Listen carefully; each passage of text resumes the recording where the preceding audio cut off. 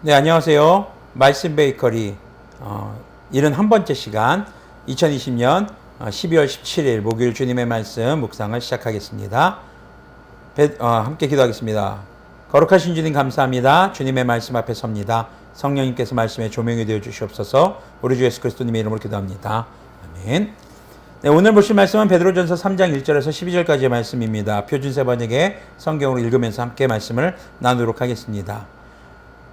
아내가 된 이 여러분, 이와 같이 여러분은 자기 남편에게 순복하십시오. 그리하면 비록 말씀에 복종하지 않는 남편일지라도 말을 하지 않고도 아내 여러분의 행실로 말미암아 구원을 얻게 될 것입니다. 그들이 여러분의 경건하고 순결한 행실을 보고 그렇게 될 것입니다. 여러분은 머리를 꾸미고 금붙이를 달거나 옷을 차려입거나 하며 거치장을 하지 말고 썩지 않는 온유하고 정숙한 마음으로 속사람을 단장하도록 하십시오. 그것이 하나님께서 보시기에 값진 것입니다. 전에 하나님께 소망을 두고 살던 거룩한 여자들도 이와 같이 자기를 단장하고 자기 남편에게 순복하였습니다. 사라가 아브라함을 주인이라고 부르면서 그에게 순종하는 것과 같습니다. 여러분은 선을 행하고 아무리 무서운 일도 두려워하지 않으니 사라의 딸이 된 것입니다. 남편이 되니 여러분, 이와 같이 여러분도 아내가 여성으로서 자기보다 연약한 그릇임을 이해하고 함께 살아야 합니다. 그리고 생명의 은혜를 함께 상속받은 사람으로 알고 존중하십시오. 그리해야 여러분의 기도가 막히지 않을 것입니다. 아내와 남편의 관계에 대해서 이 부분의 말씀을 우리가 잘 묵상했으면 좋겠습니다. 이 말씀을 잘못 오해해서 남성이 여성보다 훨씬 더 우월한 존재라는 착각에 빠지지 않기를 바랍니다. 또 여성들이 남편들에게 있어서 무조건 이 열등한 존재로 또 받아들여지지 않기도 바랍니다. 자, 바로 아내들이 믿지 않는 남편을 대할 때 먼저 행실로 말미암아 하나님을 만날 수 있도록 그 남편을 존중해주고 따라줘야 한다는 겁니다.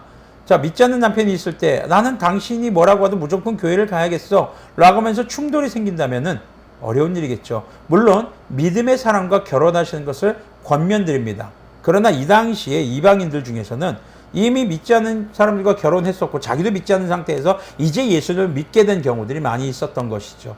그럴 때에는 상대방을 존중해 주되 그런 선한 행실로 앞서서 어제 묵상했던 말씀과 연결해서 선한 행동을 통해서 그들이 하나님을 만날 수 있도록 하나님께 돌아올 수 있도록 하라는 것입니다. 그렇기 때문에 남들보다 다른 그리스도인보다 더 많은 말씀 묵상이 필요합니다. 자, 그리고 그들이 여러분의 경건하고 순결한 행실을 보고 그렇게 될 것입니다. 라는 얘기들. 그래서 우리의 경건하고 순결한 행실이 중요합니다. 그리고 여성들에 있어서 권면하는 것이 거치장보다는 속사람을 가꾸는 데 더 힘을 쓰라라고 이야기를 합니다. 과거에도 그랬지만 많은 여성들이 당시에도 이런 명품에 빠져 있었던 것 같습니다.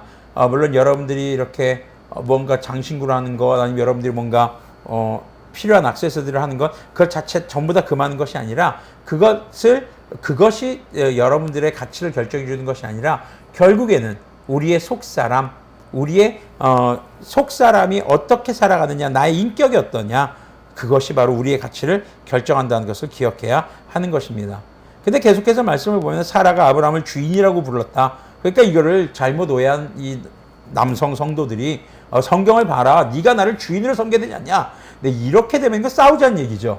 네, 굉장히 이거는 상당히 위험한 생각이 들 수가 있습니다. 그래서 여러분들이 7절 말씀을 잘 묵상해 보시기를 바랍니다. 아내가 여성으로서 자기보다 연약한 그릇임을 이해해야 된다. 약해서 내가 이해해줘야지. 이게 아니라 당시 사회적으로 여성들이 차별받고 있었습니다. 당시 사회적으로 여성들이 인정받지 못했습니다. 누가 그래서 그 여성을 지켜줘야 합니까? 남성이 지켜줘야 하는 것입니다. 또 그 당시 사회 속에서는 여성이 혼자 무엇인가를 할 수가 없었어요. 그렇기 때문에 모든 일에 책임을 지는 남편의 뜻에 순종하는 것이 당시 시대상이었습니다. 그럼 지금은요, 여성들도 하나의 인격체로 인정받고 있고 자기의 권리를 가지고 있습니다. 그렇다면 이 말씀을 우리는 어떻게 받아들여야 할까요? 부부 간에 서로 상호 간에 존중해주고 섬기고 사랑해 주어야 하는 것으로 받아들여야 할 것입니다. 남성이라고 해서 집안의 일을 혼자 결정하는 것이 이제는 아니죠. 당시에는 사회적으로 여성에게 결정권이 없었기 때문에 남성이 결정할 때 있어서 여성들을 보호해주고 도와주고 그들을 존중해주는 결정을 내렸어야 했고, 여성들도 자기의 뜻을 펼칠 때 사회적 규범 내에서 펼쳐야 되는데 여성으로서 발언권이 없어요. 그러니까 남편을 통해서 행하게 됩니다. 그래서 이런 말씀이 존재하게 된 거였는데, 그런 시대상들을 통해서 바라볼 때 이 말씀을 오늘날 적용해 본다면 서로 부부간에 상호간에 존중해주고 순종해주고 서로 상호간에 사랑해주고 서로 상호간에 아껴주어야 하는 것임을 기억하시길 바랍니다. 그래서 바로 생명의 은혜를 함께 상속받은 사람으로 알아야 한다라는 그 말씀에 여러분들이 좀 더 집중해 주시기를 바랍니다. 그래야만 우리의 기도가 막히지 않을 것입니다. 8절부터 말씀을 보면은요, 마지막으로 말합니다. 여러분은 모두 한 마음을 품으며 서로 동정하며 서로 사랑하며 자비로우며 겸손하십시오. 악을 악으로 갚거나 모욕을 모욕으로 갚지 말고 복을 빌어 주십시오. 앞서서 우리가 묵상했던 예수님의 고난에 대해서 나왔던 표현과 동일한 표현이죠. 여러분으로 하여금 복을 상속받게 하시려고 하나님께서 여러분을 부르셨습니다. 우리가 하나님께 부름받은 이유는 복을 상속받기 위해서. 그 복이 무엇입니까? 우리 주 예수님께서 다시 오실 때 완전하게 하실 교회 공동체, 하나님의 나라인 것이죠. 생명을 사랑하고 좋은 날을 보려고 하는 사람은 혀를 다스려 악한 말을 하지 못하게 하며 입술을 닫아서 거짓말을 하지 못하게 하여라. 악에서 떠나 선을 행하며 평화를 추구하며 그것을 쫓아라. 주님의 눈은 의인들을 굽어보시고 주님의 귀는 그들의 간구를 들으신다. 그러나 주님은 악을 행하는 자들에게서는 얼굴을 돌리신다. 시편 34편에 나와 있는 말씀을 인용하면서 이야기를 하고 있습니다. 그래서 교회 공동체, 바로 성도들이라고 불리는 사람들은요, 서로 사랑하고 동정하고 자비롭게 그리고 겸손하게 행하고 악에 대해서는 그 모양도 흉내내지 않는, 그래서 우리의 입술이 거짓을 말하지 못하게 하고 악을 행하지 못하게 우리가 해야 한다는 것을 강조하고 있습니다. 하나님은 의인의 편은 들어주시지만 악인들의 간구는 듣지 않으시고 그들에게서 오히려 얼굴을 돌리시는 분이신 것을 우리는 기억해야 합니다. 그래서 의를 위해서 겪게 되는 이 고난들에 대해서 우리가 또 내일 말씀 묵상을 통해서 함께 계속 지속해서 보도록 하겠습니다. 여러분들 오늘 말씀을 통해서 부부간의 말씀에 대해 여러분들 오해하는 일이 없기를 꼭 권면드리겠습니다. 우리는 서로 상호간에 존중해주고 사랑해주고 서로의 말에 귀를 기울여줘야 합니다. 그리고 함께 그렇게 기도하는 가정이 되시기를 바랍니다.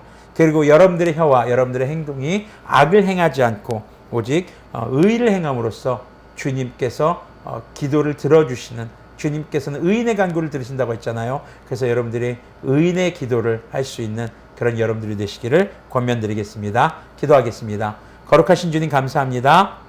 우리가 주님의 말씀을 따라 아버지 의롭게 살아갈 수 있도록 인도하여 주시고 우리가 서로 상호간에 존중해 주며 서로를 사랑하며 아껴줄 수 있는 그렇게 생명의 유산을 함께 상속받은 것임을 기억하는 그런 거룩한 부부가, 또한 미혼의 청년들이라면은 바로 그런 부부관계를 꿈꾸며 기도하는 그런 우리들이 될 수 있도록 긍휼을 베풀어 주시옵소서. 우리 주 예수 그리스도님의 이름으로 기도합니다. 아멘. 네, 오늘도 서로 사랑하고 아껴주고 격려하고 또 주님 앞에 겸손해지는, 하지만 악 앞에서는, 죄 앞에서는 당당하게 단호하게 끊어낼 수 있는 그런 거룩한 하나님의 사람들이 되시기를 권면드리겠습니다.